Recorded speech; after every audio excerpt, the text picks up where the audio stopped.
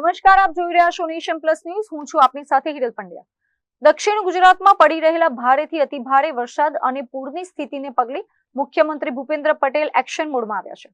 મુખ્યમંત્રીએ ગાંધીનગર સ્થિત state emergency operation centre ખાતે રૂબરૂ પહોંચીને રાજ્યમાં ખાસ કરીને દક્ષિણ ગુજરાતના પૂરગ્રસ્ત વિસ્તારોમાં ઉદ્ભવેલી પરિસ્થિતિની તલસ્પર્શી વિગતો મેળવી ઉચ્ચ સ્તરીય સમીક્ષા કરી હતી. મુખ્યમંત્રી ભૂપેન્દ્ર પટેલે ગાંધીનગર કંટ્રોલ રૂમ ખાતેથી જ વલસાડ જિલ્લાની વરસાદી પરિસ્થિતિનો તાગ મેળવ્યો હતો. તેમણે ખાસ કરીને વલસાડ જિલ્લાની કટોકટી ભરી સ્થિતિ અંગે કેબિનેટ મંત્રી નરેશ પટેલ તેમજ વલસાડ કલેક્ટર સાથે સીધી ટેલિફોનિક વાતચીત કરી હતી.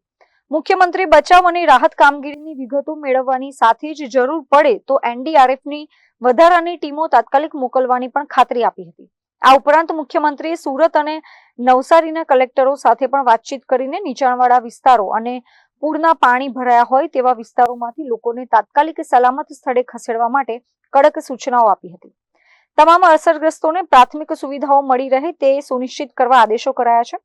ગાંધીનગર ખાતે યોજાયેલી આ મહત્વપૂર્ણ સમીક્ષા બેઠકમાં રાજ્યના મુખ્ય સચિવ એમ.કે. દાસ સહિત વિપત્તિ વ્યવસ્થાપન વિભાગના તમામ વરિષ્ઠ સચિવો અને ઉચ્ચ અધિકારીઓ ઉપસ્થિત રહ્યા હતા.